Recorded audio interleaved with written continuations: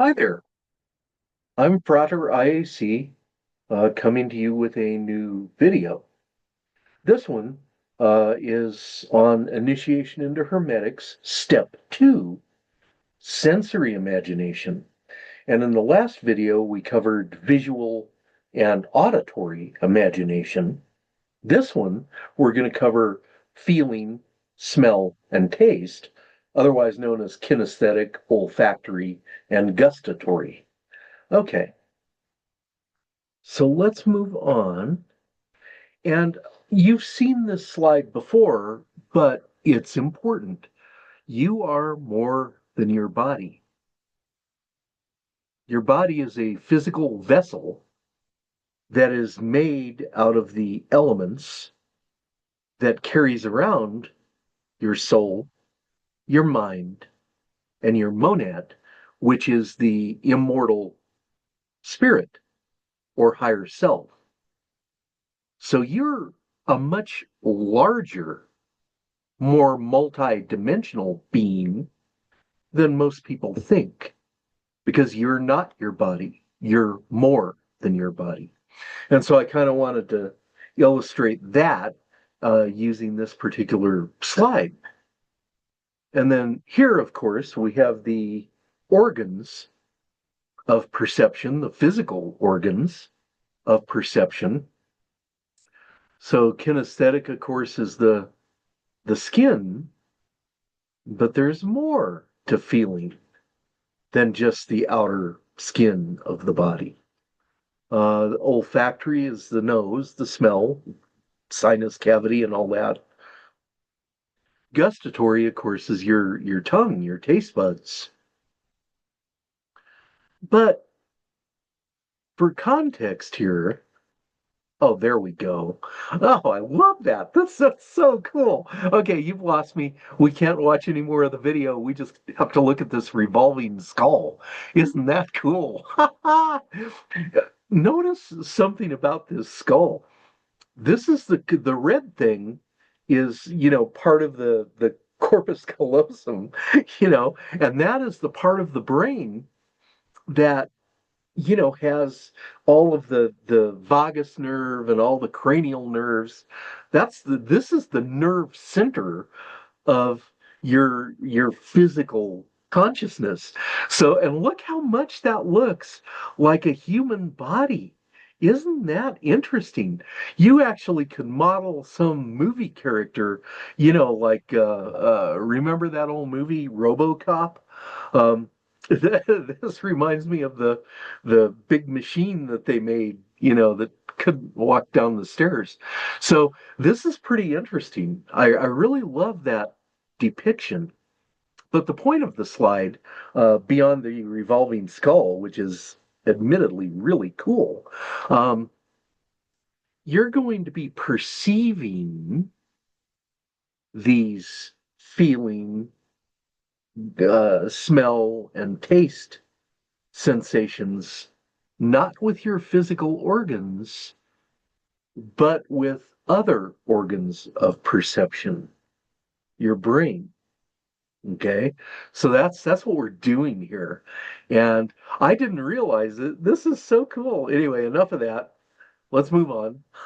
Okay, so the sensory imagination, we have here's a human brain, and this image is courtesy of thoughtco.com, which is an educational website, a teaching website, and Getty Images.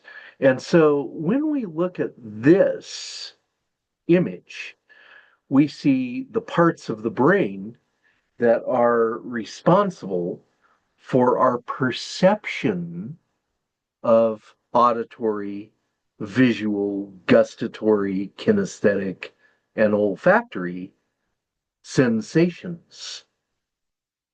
This is the actual organ of perception. So now let's kind of move on. Now that we've kind of got that down,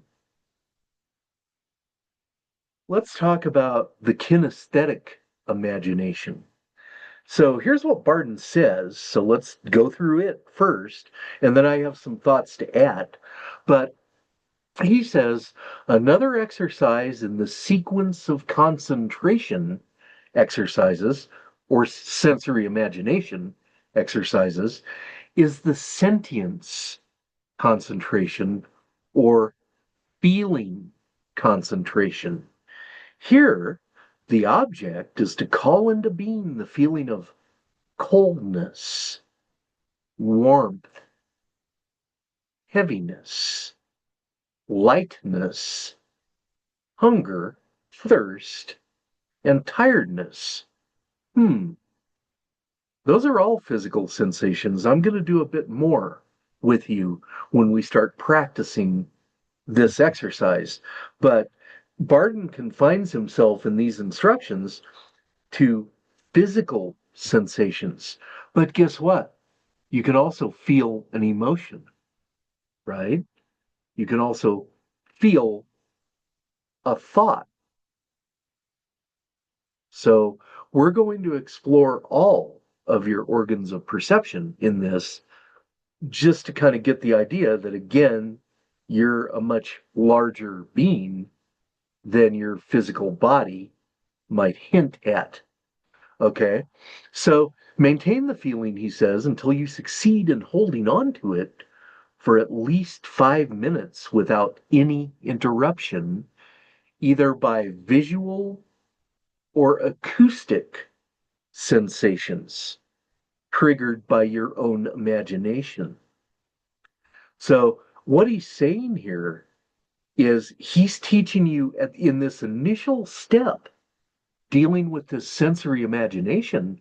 Barton is teaching you to isolate each organ of perception. So, you're going to feel, but you're not going to see or hear at the same time in your imagination. You're going to confine it to just the feeling, right?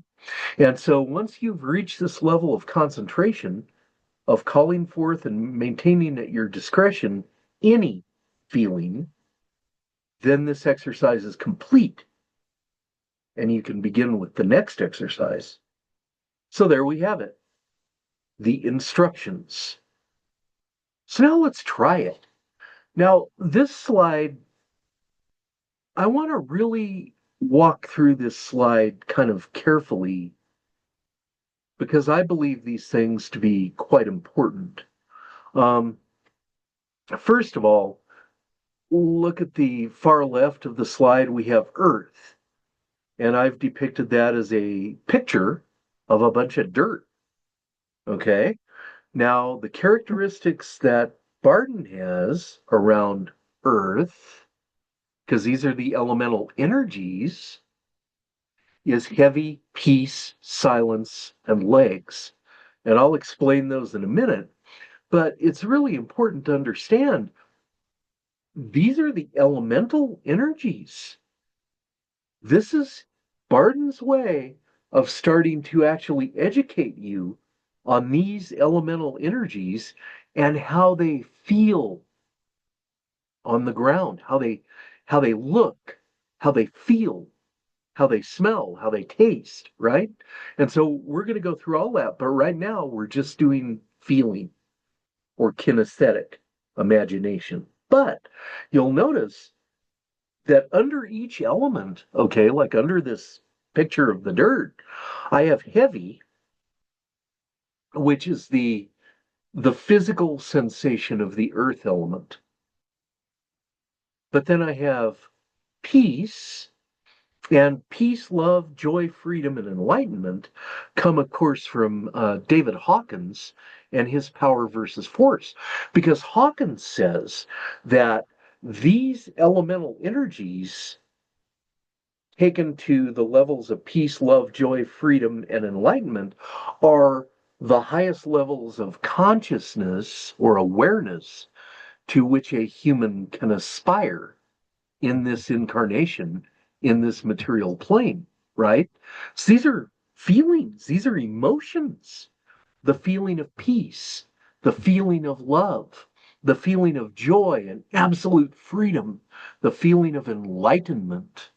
Okay? Those are soul aspects, the organs of perception of your soul, which are emotional, not physical. Then we have silence, courage, knowledge, and volition. And if you've read ahead, you know that in the very first paragraph of step 3, Barden starts talking to you about the 4 pillars of Solomon's temple. And you're sitting there. I remember when I first read that, I was like, what? I didn't get it. But what he's actually saying is that the pillars of Solomon's temple, that's your inner temple.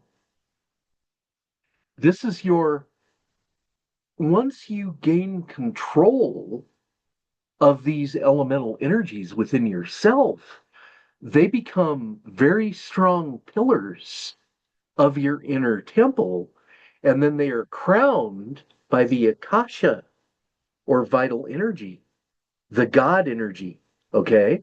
And so your inner temple is the way by which your higher self connects with the spirit, the divine mind. Okay? So that's what you're doing here is you're stretching, exercising, developing these organs of perception. Okay? And then finally, this bottom deal, legs, abdomen, chest, and head, in step 4, Barton introduces a exercise, and I think we've been over it before in these videos, but he calls it elemental harmonization. Okay? And that is where you consciously accumulate the energies of each element in the parts of the body where Barden says they live. Okay? So the energy of earth, which is heavy, peaceful, silent, that lives in your legs from your root chakra down. Okay? And then the water lives in the abdomen, the digestive tract. Then the air lives in your chest, obviously, because your lungs are in there. Your heart's in there. So yeah. And then the fire element lives in your head. That's the seat of these elements in your physical vessel. But he has you learn in steps 3, 4, 5, 6, to take these elemental energies and accumulate them first in the whole body, then in each organ, then in the part of the body where he says they live, like earth is legs, water is abdomen, right? And so then you'll begin, once you gain control of these elements inside yourself, which the soul mirror steps were the start of, okay, and then the exercises in the subsequent steps continue. Once you have these elements mastered within yourself, you start externalizing them. You start wielding them externally. He teaches there are 2 ways to accumulate these things, inductive and deductive. We'll get to that later, okay? But this is the foundation that you're building for all of this moving forward, which is why these things are important. So now let's try it.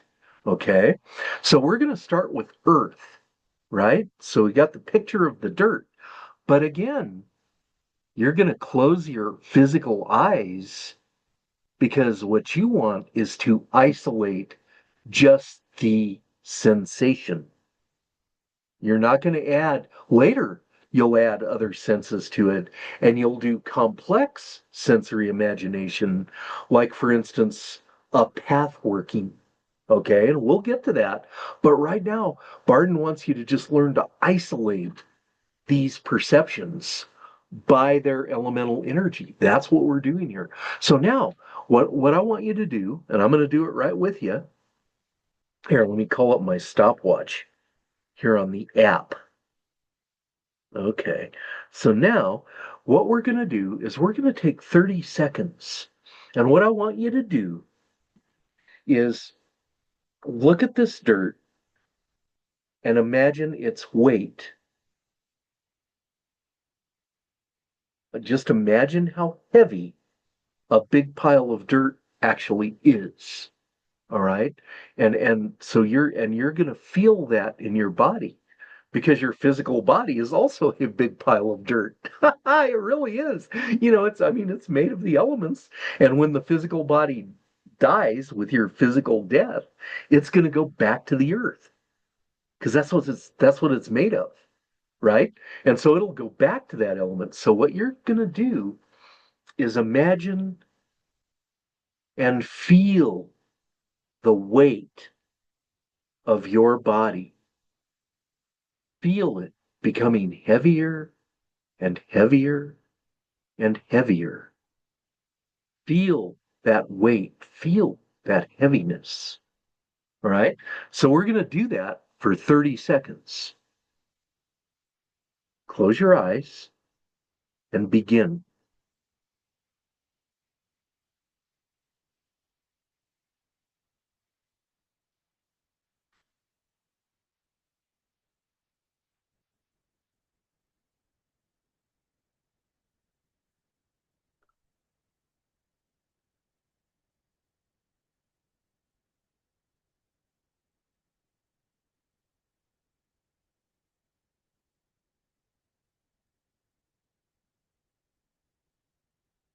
All righty.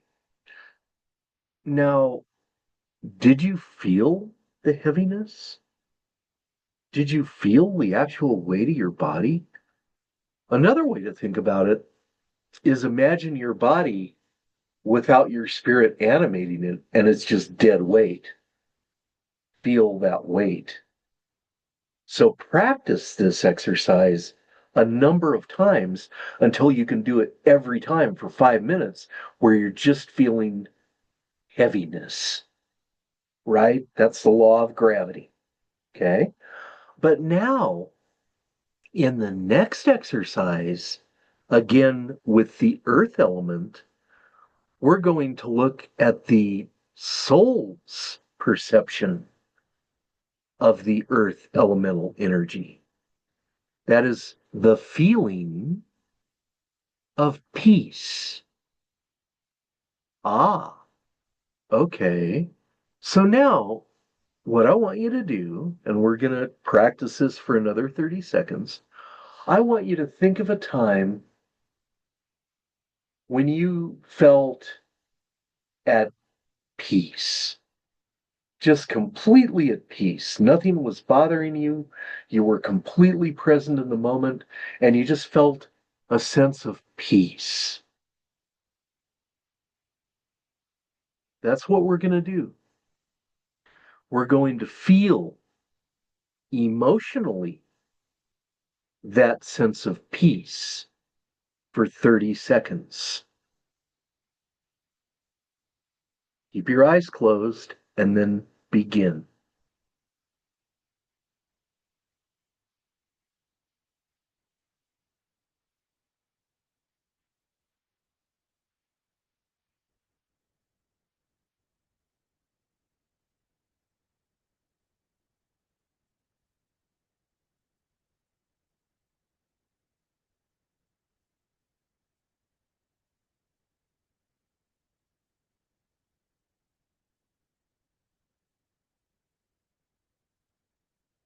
Okay, wasn't that fun? Now, just reflect on what you just did, okay, for a minute, all right? First, you experienced it physically as weight. Then you experienced the earth element energy emotionally as peace. Isn't that amazing? See, you are a multi-dimensional being. You're not just your body. There's more. So now we're going to go to the mental aspect, the mental perception, the perception of your mind of the earth elemental energy. And that perception is going to be silence. And it's also a pillar of your inner temple is silence. And later I'm going to talk to you about the well of silence. And I'm going to talk how that well of silence becomes a real portal through which you can draw information from the Akasha, through which you gain divine inspiration and insight. But first, you got to silence all these elemental energies that are running, knocking around in your being right now. If you're in the early steps, you got to gain control over these energies so that you can actually experience that depth of silence that is necessary to connect to the Godhead. See what I mean? Okay. So now in this exercise, what I want you to do is imagine yourself surrounded by dirt. A sphere of dirt surrounds you. You're not trapped or anything. You're just inside this sphere of dirt, this sphere of the earth, the Mother Earth. And you're inside. You're inside of that element. Your consciousness is in the earth element. And it is utterly silent. Now I want you to take 30 seconds and feel that silence, that profound silence. Begin.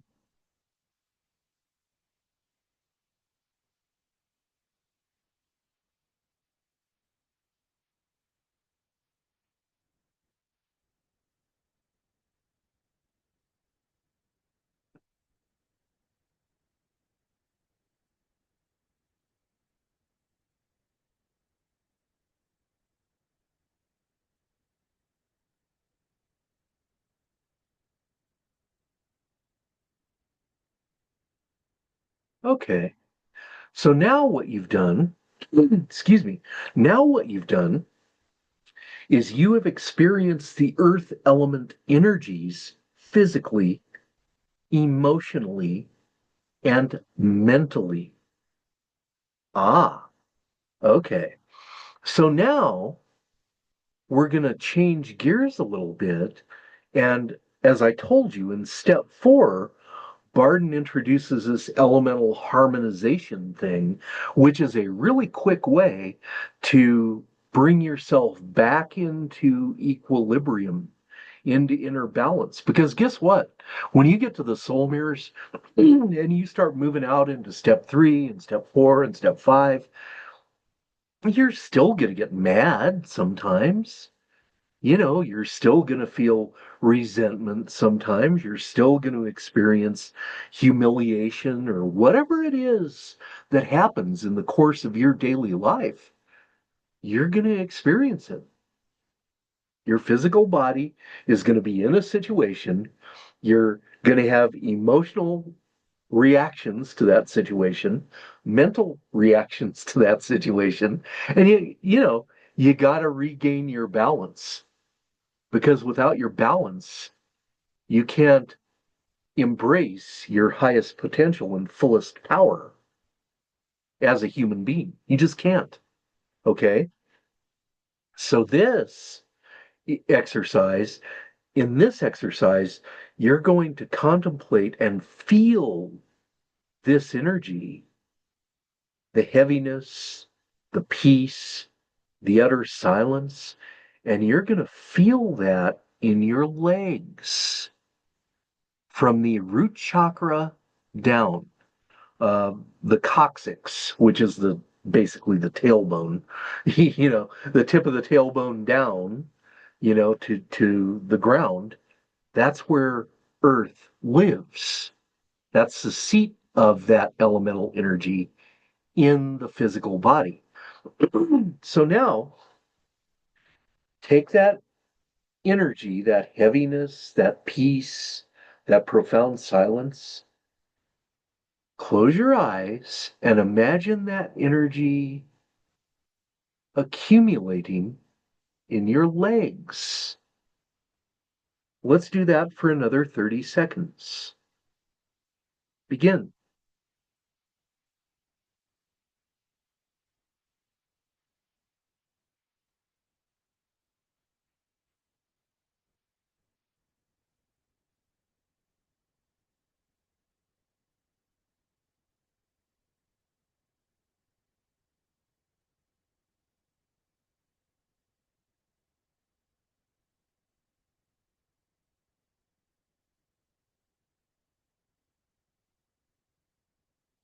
All righty.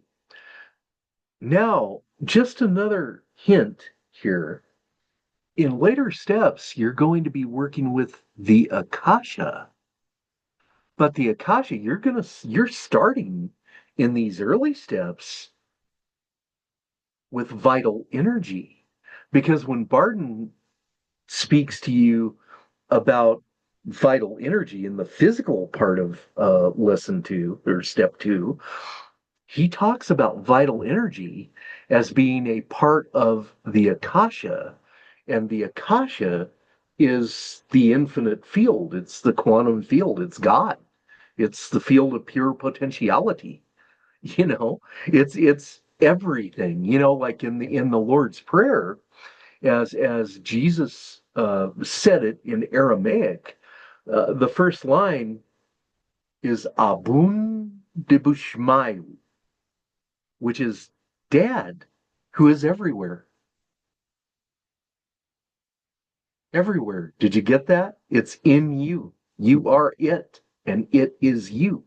You are actually a we, but you got to clear all this ego stuff out of the way before you can actually experience that we-ness with the divine mind, right? So, what we did here, okay, look at my cursor. We first experienced the earth element in the body, then we experienced it in the soul, then we experienced it in the mind, then we experienced it as vital energy or akasha in its seat where it lives in the physical body. That's what you just did. All right. So now you're going to do that with each of these elements. And I'm not going to do the exercises with each element, but I do want to talk about them just a bit so that you can really understand what you're doing here, you know, because look at the water. Isn't that neat? You know, and one of the great meditations that William Mistolay has put forth is you get a bowl of water and stick your hand in it. Feel the coolness, right? Feel how cool it is. Ah, right? And then of course the emotion that goes with water, the God quality that goes with the elemental energy of water is omnipresence or love. Because omnipresence is it encompasses and fills everything. Everything. There, you know, there's nothing that's hidden from it, but you love anyway. And then, of course, Barden talks about that in terms of the pillar of the inner temple, which is the mental aspect. Okay, that's the pillar of courage. Well, how in the heck can love be courage? Well, think about it this way. There's somebody that's bullied you for years, right? And imagine that. Imagine, because you probably lived it, right? And finally, you figured out a way to stand up to that bully and make it stop. Okay. But in order for you to continue your own spiritual ascent and take care of yourself and your own well being, you got to release that bully. You've got to release any resentment, any anger, any hatred. You got to just release it. You got to forgive them, release them, and you have to forgive yourself and release yourself from the slavery to that bully, right? And so basically, that takes guts to do that. It takes guts to stand up to a bully and love them anyway, to stand up to some adverse event in your life, live it with courage, even if it hurts, even if it's painful. Okay, that's what courage is. And that is the water pillar of your inner temple. And then, of course, in the vital energy or Akashic sense, the energy of the water element lives in your abdomen, in your digestive tract, right? Because it starts when you take in food and your mouth salivates, and the saliva is actually a digestive juice that starts the process of digestion. Then it goes down into the stomach, and the stomach is filled with liquids, which are stomach acids. They dissolve the food, and then they go through the small intestine, through the large intestine. They're purified with the liver and the kidneys. See what I mean? You know, and that's how the water element works in the Akashic sense. And later, when you start doing exercises around elemental influence, water mixes. And so if you want to consider the power of the water element, it is a mixture or a dilution. Very interesting. So anyway, and then with air, God, man, I love this picture because look at that hot air balloon. Now this person is in the hot air balloon, okay, and it's got a burner in it that puts hot air inside the balloon, and that hot air is lighter than the cool air that surrounds it, which is why the balloon rises, right? It's a hot air balloon. So, but you think about the lightness because hot air rises because it's lighter than the cold air. And that rising emotionally is a sense of joy, freedom. You know, you're in that balloon. You're absolutely free. The winds are going to take you, and you're going to be able to steer to some degree, but the winds are going to take you, and you're going to sail on the currents of the air. And then, of course, knowledge is the mental part of the air element, because one of my favorite images of that is the aspen leaves. Because the aspen leaf, you make a fluid condenser in step 8 using poplar leaves, okay? And aspen is a form of poplar tree, right? And so I live in an area where there's lots of aspen trees, and the Native Americans, the indigenous Americans, looked at aspens and they heard the voices on the wind. Because that's what air does, isn't it? It carries sounds. And sounds are knowledge. They bring knowledge. You notice. So basically, you learn through reading or whatever it is, you're bringing in knowledge, but then you practice that knowledge and it turns into gnosis, which is actual experiential knowledge. You know because you have walked the path. You haven't just read about it, you walked the path. You gain the true knowledge, the gnosis, right? That's the pillar of knowledge. And then, of course, in the Akashic sense, it lives in your chest because as below, so above. You draw air into your lungs, the air goes through the capillaries into the bloodstream, carrying oxygen throughout your body. Get the picture? You know, so I mean, that's how you do this. And then for fire, the physical sensations obviously heat. So just imagine yourself like with your eyes closed in front of a bonfire and just feel the heat. That's how I do that, right? But The emotional aspect of this, which includes volition, the will, is enlightenment. At least that's what David Hawkins calls it, and that is the very highest level of human consciousness to which you aspire to embrace your fullest potential and greatest power as a human being. Because enlightenment is the light from which nothing can be hidden. And there's a passage in the New Testament, I forget which book it's in off the top of my head, but it is that nothing is hidden. Nothing's ever hidden. When you ascend spiritually in a serious way and you connect with the Godhead, when you become spiritually aware, you realize that you are connected to all of creation, because all of creation lives and breathes and has its being in the divine mind.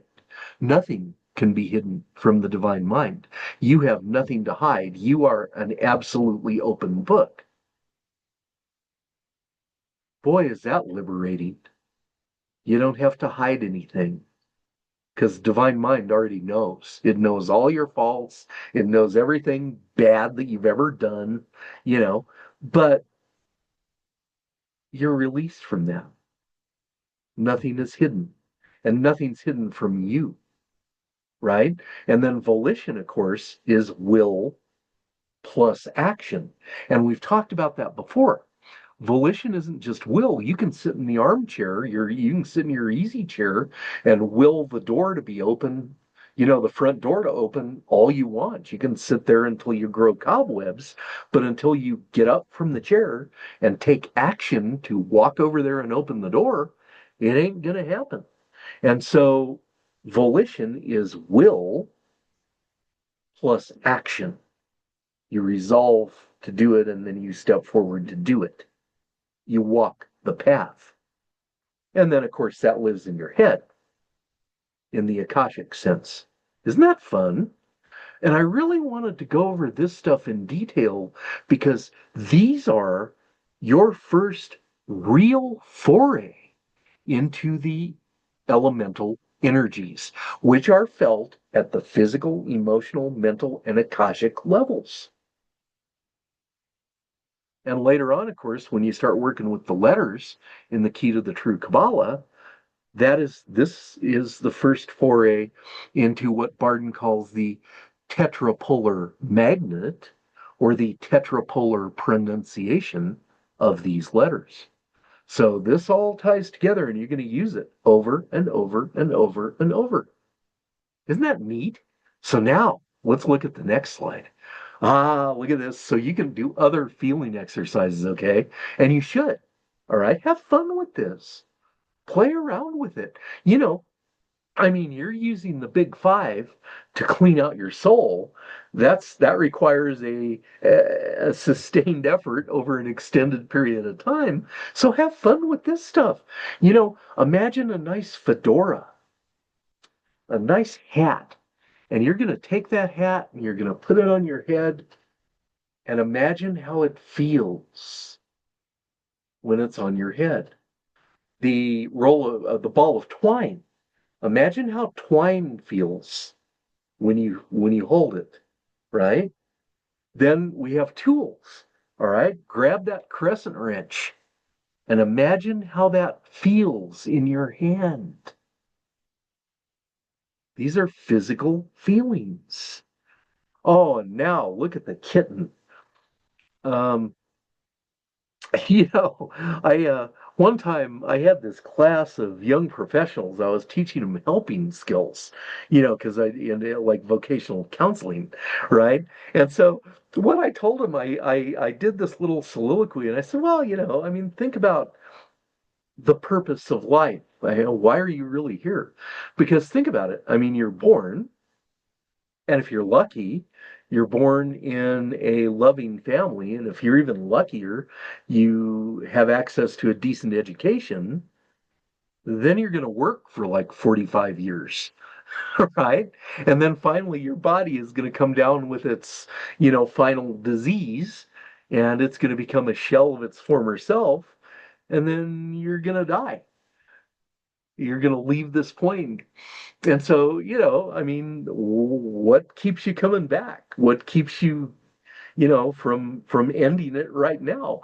And I said, it's got to be a purpose beyond, just the day-to-day existence. It's the mission. Why are you here? And everybody using their own talents and their own way of looking at life creates their own purpose in an existential sense, referencing Viktor Frankl and Sartre and other noted existentialists. Um, and that's what it is. And so the only thing that adds purpose to life is what you have set forth as your mission and kittens. Because that was my little joke at the end of the soliloquy, And this one lady that was in the class, she was just, I guess it kind of freaked her out because when I finished, she was like, "Oh, oh," and so I said, "Yeah, but think about kittens." So anyway, think about this kitten. Look at how cute that little guy is. Oh, I love kittens. Kittens are wonderful. Imagine picking up that little kitten and how beautiful and furry and warm the little guy will feel when you're holding him, and how wiggly he's going to be. Then he's going to be sharp because they have claws. He's going to bite. So, I mean, think about that kitten, and then the same thing with a puppy. Think about the puppy. Puppies are so cute. This is a little golden retriever puppy, probably a cross between a golden and a yellow lab. And they're just wonderful dogs. Gosh, I had a yellow lab we trained to be a guide dog puppy, and he was the nicest dog, but he didn't want to be a guide dog. So we drove out to California and got him and took him back, and he became our pet, our companion. And he was a wonderful dog. Um, and think about a puppy. Think about how warm and fluffy and wiggly and sharp, because he's going to bite because they experience life through their little jaws.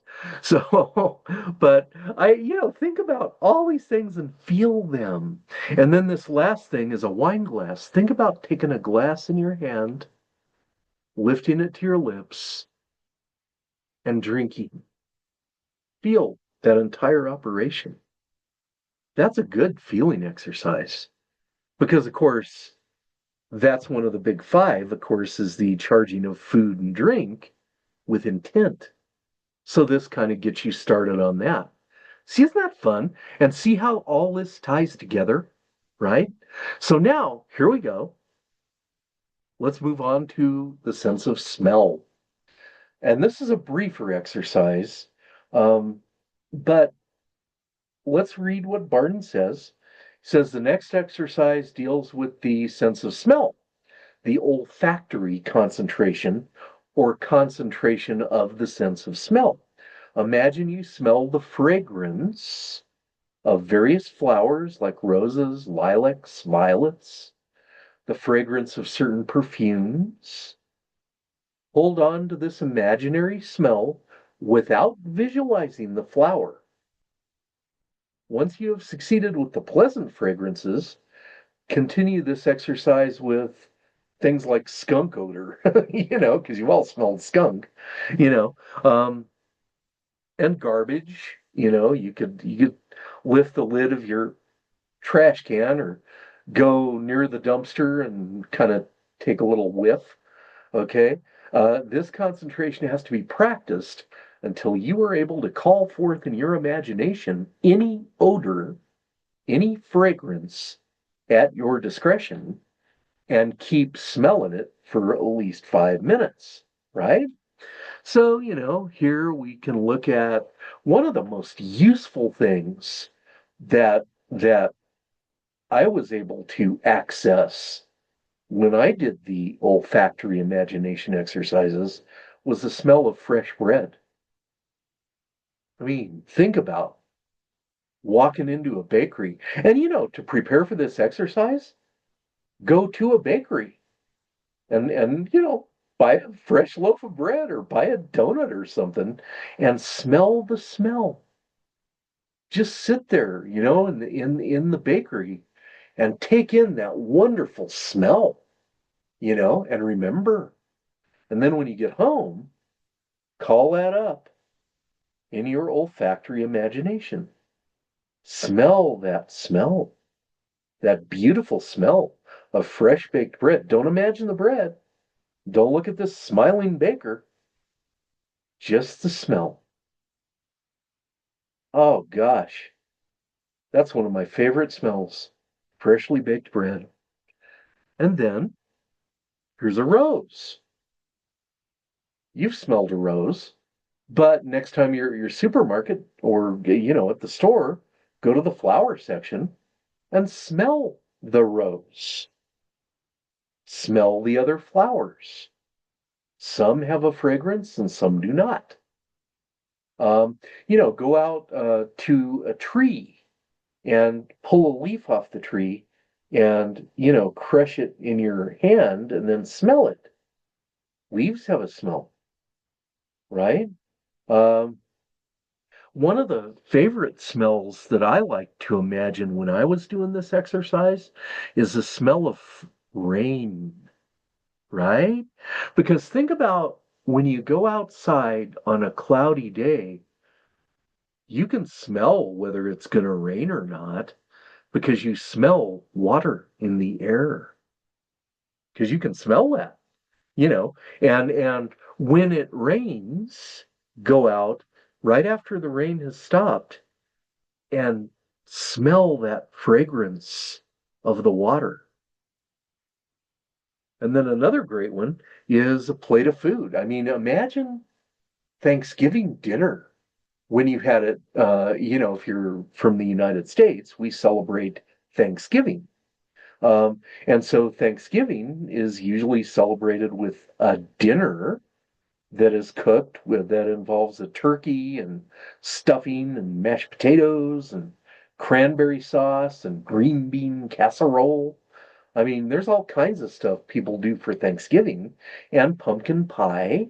Okay. So imagine yourself walking into your grandparents' house when you were a child, walking in there with your parents to celebrate Thanksgiving dinner and just take in the smell.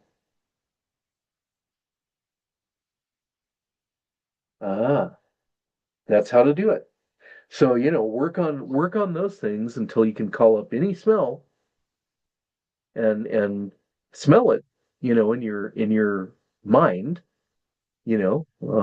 for 5 minutes, you know?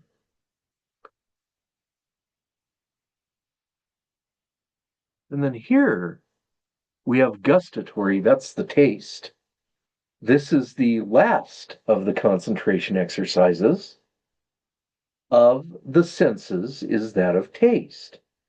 When practicing this exercise, do not think or imagine any kind of food or drink. Concentrate only on the taste. That's hard.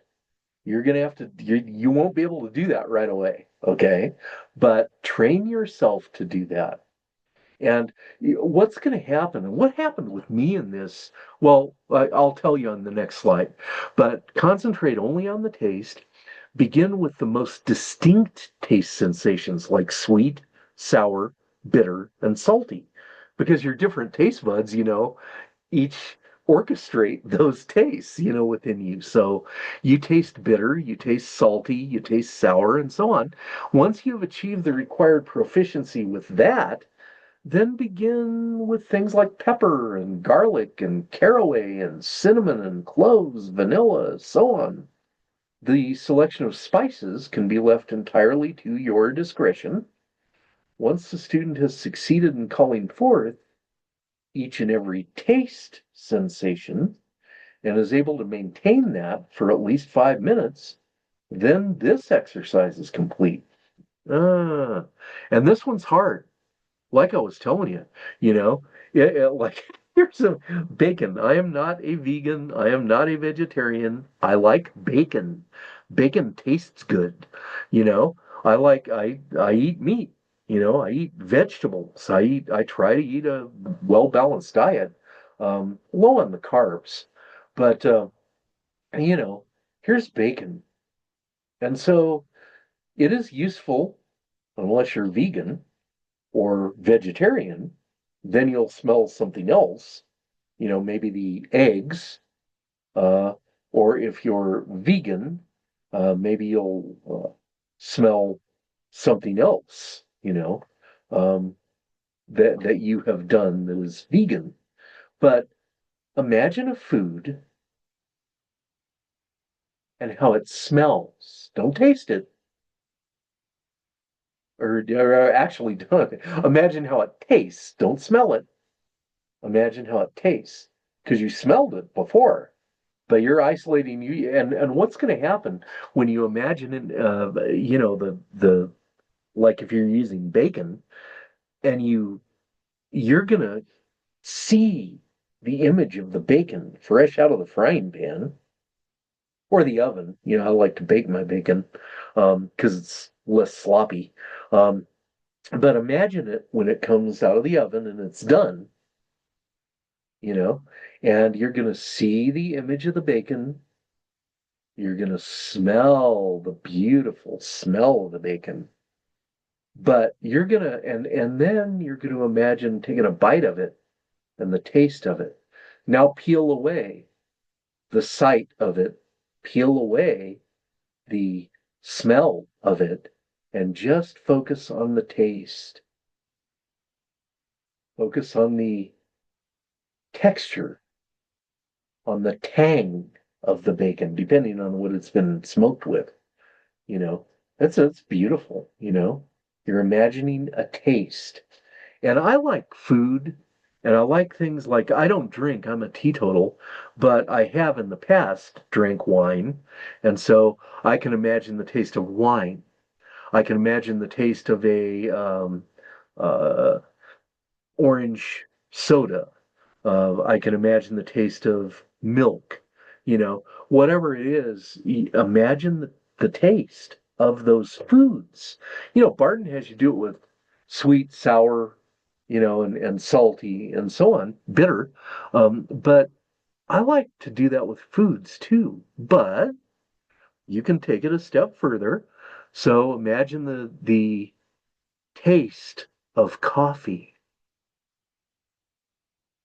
Imagine the taste of a lemon. Imagine taking this lemon and putting it, taking it in your hand above your mouth and then squeezing that juice into your mouth. That's going to be sour. Imagine that. And then the brownie, of course, with that ice cream on it, is going to be sweet. So you're going to experience sweet. There are other tastes that are bitter. Look those up and taste those things and learn the taste by doing it and then imagine the taste of it in your meditations. That's how to do it, you know. So, and taste and smell are very closely related because the air, the smell allows you to completely perceive the whole taste of the food. Because the taste buds themselves are going to get the sweet, sour, salty, and bitter. You don't need your smell to do that. The taste buds will do that for you. But when you're talking about something like a nice hot cup of Joe, that you have in the morning, nice. I call it go juice. I love coffee, and so I'm going to drink my coffee. I'm going to have sweetener in it. I'm going to have cream in it, and I'm going to drink the coffee. And I can imagine how wonderful that tastes. So that's how it is. That's what you do. So now we've gone through the visual imagination, the auditory imagination, the kinesthetic or feeling imagination, the smell, olfactory imagination, And now this, the gustatory or taste imagination. So there you have it. These are how to exercise your senses. And again, do these exercises over and over. You got plenty of time to master these because they're amazing, because later on, when you start using your sensory imagination in a more full sense, this creates the foundation for successful astral travel or mental travel, first through your magic mirror, but then actual astral travel.